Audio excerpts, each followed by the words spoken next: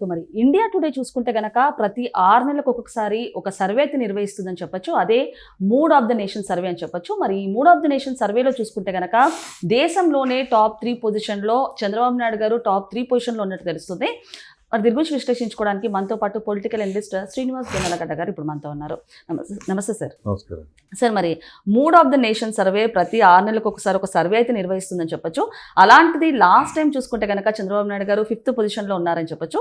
ఇప్పుడు చూసుకుంటే కనుక ఈ సర్వే ప్రకారం చంద్రబాబు నాయుడు గారు 3rd పొజిషన్ అంటే టాప్ 3 పొజిషన్లో ఉన్నట్టు తెలుస్తుంది. ఏమంటారు దీని గురించి? ఇది ముఖ్యంగా ప్రజలు అలాగే వైసీపీ తెలుసుకోవాల్సిన విషయం.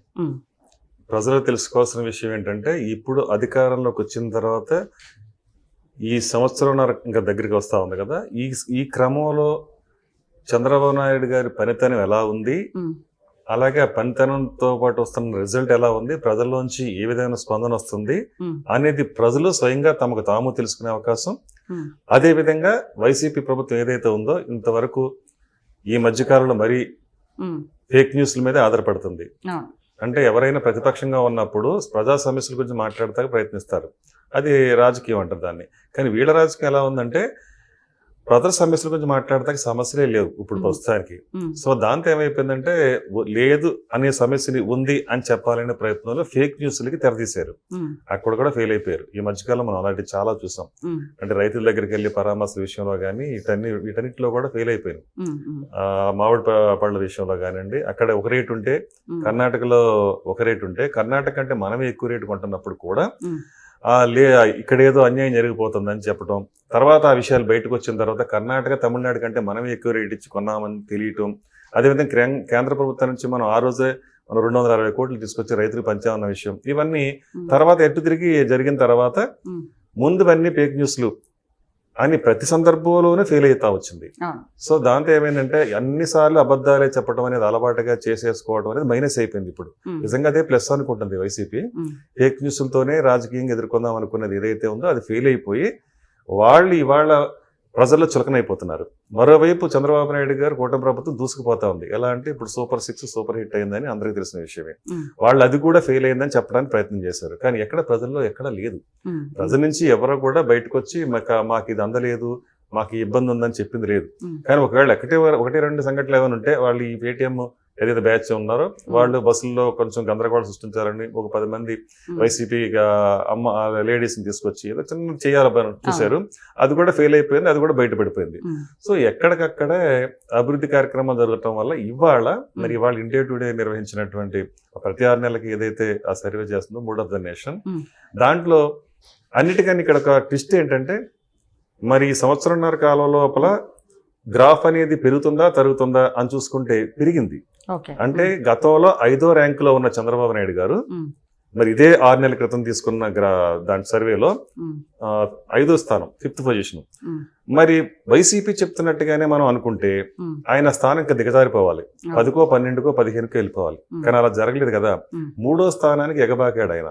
సో దీన్ని బట్టి ఏమర్థమవుతుంది, ప్రజలు నీరాజనాలు పడుతున్నారు, ప్రజలు సంతోషంగా ఉన్నారు, సంక్షేమ పథకాలు కింద స్థాయి వరకు క్షేత్రస్థాయి వరకు ఎవరికి ఇబ్బంది లేకుండా వెళ్తున్నాయి. దానికి మళ్ళీ మానిటర్ చేసుకుంటున్నారు. ఎక్కడైనా పరిపాలన సంబంధించి ఎక్కడైనా ఇబ్బందులు ఉంటే సరి చూసుకుంటున్నారు, సరి చేసుకుంటున్నారు.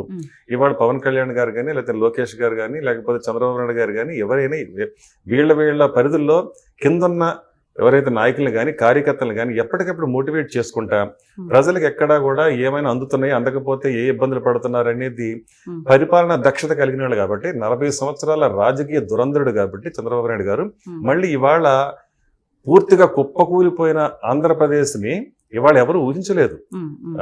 వైసీపీ 5 సంవత్సరాలుగా ప్రభుత్వం పరిపాలన జరిగిన తర్వాత అసలు ఈ రాష్ట్రం 20 ఏళ్ళు వెనక్కి వెళ్ళిపోయింది కదా, అసలు ఎవరు వచ్చినా కూడా ప్రజలకు నమ్మకం కలుగుతుందా, మళ్ళీ పెట్టుబడులు ఇక్కడ వస్తాయని భరోసా ఉందా? ఎందుకంటే కియాకి ఏలు పెట్టి చూపించి మరీ గోరంట్ల మాధవ్ భయపెట్టాడు. అలాగే కియాని తరిమేశారా, అలాగే అమర్రాజాని తరిమేశారా, అలాగే లూలుని తరిమేశారా. ఇవన్నీ ఒక్కొక్కటి ఇవన్నీ చూసిన తర్వాత అందరికీ మళ్ళీ పెట్టుబడులు వస్తాయా, ఇది సాధ్యమా, ఇంకా ఇసలు ఆంధ్రప్రదేశ్ అనేది భవిష్యత్తు ఉందా అనుకున్న వాళ్ళకు కూడా ఇవాళ ఆశ్చర్యంగా చూస్తున్నారు. ఇంతంత పెట్టుబడులు అండి. ఇవాళ గూగుల్ మరి వాళ్ళ డేటా ఒక కంపెనీ ఇక్కడ వస్తుందంటే అవును. ప్రపంచంలోనే అమెరికాలో తప్ప మరి ఎక్కడా కూడా అంత పెద్ద స్థాయిలో Data పెట్టింది center. లేదు. అవును. మళ్ళీ ఆ సెకండ్ ప్లేస్, ఆ సెకండ్ స్థాయి అనేది వైజాగ్ లో ఇవాళ నా భూతో నా భవిష్యత్తు అవును. అన్న విధంగా వస్తుంది. 50,000 కోట్ల పెట్టుబడి అంటే 25,000 మందికి ఉద్యోగ ప్రత్యక్షంగా, అవును. పరోక్షంగా 50,000 మందికి ఉమ్. ఉపాధి కల్పన. అవును. మరి ఇవన్నీ చూసుకుంటే ఆ ఒక్కటని కాదండి, ఇవాళ ఎన్ని రకాలుగా ఎన్ని రంగాలు ఉమ్. ఇవాళ దినందినం అంటే మన పొద్దున్న న్యూస్ చూస్తుంటే ప్రతిరోజు ఏదో ఒక పెట్టుబడి వస్తానే ఉంది. అండ్ ఇంకొకటి Indian institute of plantation management కూడా, అంటే యాక్చువల్గా దేశంలో 3 ఉన్నాయి అవి, అండ్ అది కూడా మళ్ళీ విశాఖపట్నంకి రాబోతుంది సార్. అది ఇదంతా ఒక ఎత్తు అయితేనండి, ఈ పెట్టుబడులు కూడా ఎంత ప్లాండ్ గా వెళ్తున్నారంటే వీళ్ళు. ఉమ్. అంటే ఆంధ్రప్రదేశ్లో ఉన్న ఇన్ని జిల్లాల్లో ఎక్కడ ఏది తీసుకురావాలి అంటే అనంతపురం నుంచి ఉమ్. శ్రీకాకుళం, చిత్తూరు నుంచి శ్రీకాకుళం వరకు కూడా ఎక్కడికక్కడ ఏది స్థాపించాలి, ఏ ప్రాజెక్టుని ఎక్కడ పెట్టాలి, ఏ పరిశ్రమను ఎక్కడ పెట్టాలనే దాన్ని చాలా ప్లాన్డ్గా వెళ్తున్నారు.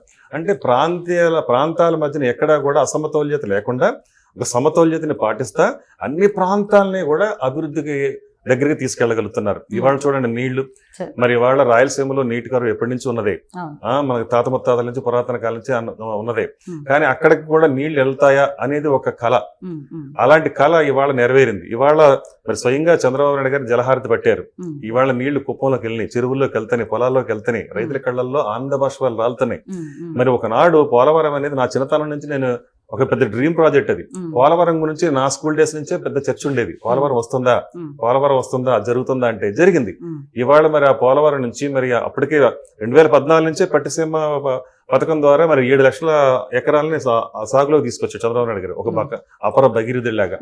మరి ఇవాళ మరి 72% పూర్తి చేసిన అది ఏదైతే పోలవరం ఉందో అది ఎప్పుడు 14 నుంచి 19 వరకు.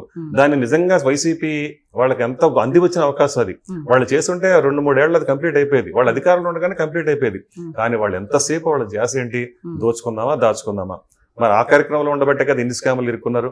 ఒక్కటి కూడా వాళ్ళు చేసింది లేదు. ఒక ప్యాలెస్ కట్టడం, ఒక విగ్రహాన్ని పెట్టడం తప్పితే 400 కోట్లు పెట్టి అంబేద్కర్ విగ్రహం పెట్టారు. అక్కడ 450 కోట్లు పెట్టి వాళ్ళకు కోసం ప్యాలెస్ ఒకటి కట్టుకున్నారు. అంతకుమించి ఏముంది ఇక్కడ, బటన్ ఒకటి తప్పితే. ఇంకా వాళ్ళు ఈ రకంగా ఉంది కాబట్టి ఆ రోజున ఆ ప్రభుత్వం నడిచింది, అలా ఆ విధంగా నడిచింది కాబట్టి వాళ్ళు ప్రజలు రియలైజ్ అయ్యారు. అంటే ఒక ఛాన్స్ అన్న దానికి ఛాన్స్ ఇచ్చారు, తర్వాత రియలైజ్ అయ్యారు. రియలైజ్ అవటమే కాదండి, ఇంకా నెక్స్ట్ టైం కూడా ఇంక ఇప్పుడు కూడా గ్రాఫ్ ఎలా చెప్తుందంటే ఇండియా టుడే వాళ్ళ సర్వేలో చెప్తున్న విషయం ఏంటంటే ఇప్పటికిప్పుడు ఎలక్షన్స్ వస్తే కూడా కూటమి ఇంతకంటే అధికంగా సీట్లు సంపాదించుకోగలుగుతుంది.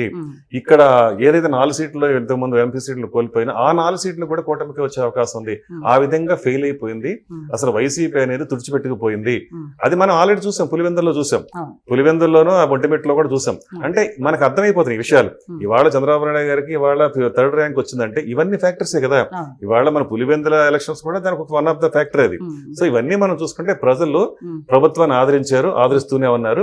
అలాగే వైసీపీ చేసిన అరాచకాలని వాళ్ళు తెలుసుకున్నారు కాబట్టి ఇంకా దరిదాపుల్లో కూడా అధికారంలోకి పంచాయతీ ఎన్నికలకు కూడా అర్హత లేని విధంగా వైసీపీని పూర్తిగా దూరం పెట్టేస్తారని మాత్రం క్లియర్ గా అర్థమవుతుంది.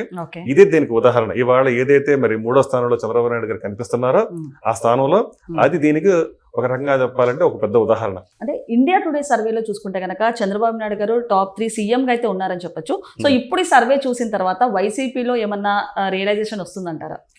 రియలైజేషన్ ఏముండదండి వాళ్ళకి ఇంకేంటంటే వాళ్ళకి ఆల్రెడీ అర్థమైపోయింది, సినిమా అర్థమైపోయింది కాబట్టి ఇందాక అదే చెప్పాను స్టార్టింగ్ లోనే. ఇక ఫేక్ న్యూస్ తప్ప వాళ్ళకి గత్యంతరం లేదు. ప్రజల నుంచి సమస్యలు తీసుకుని చెప్పడానికి ఏమి లేవు అక్కడ. దాంతో ఏదో ఫేక్ న్యూస్ తో పబ్బం గడుపుకోవాలని చూస్తున్నారు. ఇంకా ఎక్స్ లో పోస్టులు పెట్టకుండా పరిమితం అయ్యాడు. ఎక్స్-సీఎం జగన్మోహన్ రెడ్డి గారు ఎక్స్ లో పోస్టులు పెట్టిన సీఎం గా ఇక పరిమితం అయిపోయాడు. సో ప్రజలు గమనిస్తారు, ప్రజలకు రాలేడు ఇంక అతను, ప్రజల్లోకి రాలేడు కాబట్టి ప్రజల్లోకి రాలేడు. ఇక రాబోయే రోజుల్లో మరి ఇవన్నీ స్కామ్ ల్యాండ్ బయట పెడితే కనుక, అంటే అవన్నీ కొలుక్కొచ్చేస్తే కనుక డెఫినెట్ గా ఇక జైలు గోడలో వెనక్కి వెళ్లాల్సిన పరిస్థితి. ఇంకా అప్పటికి ఇంక ఈ పార్టీ ఉంటుందా అంతవరకు కూడా డౌటే. ఎందుకంటే ఈ 11 మంది కూడా అప్పటి వరకు ఉంటారో లేదు. రేపు అసెంబ్లీ సమావేశాలు జరుగుతున్నాయి, మరి ఖచ్చితంగా అక్కడ హాజరై తీరాలి, లేకపోతే అనర్హత వేటు పడుతుంది వాళ్ళకి. మరి దానికి వెళ్తాడా లేదా, ఖచ్చితంగా వెళ్ళి తీరాలి, వెళ్ళకపోతే అనర్హత ఆటోమేటిక్ వచ్చేస్తుంది.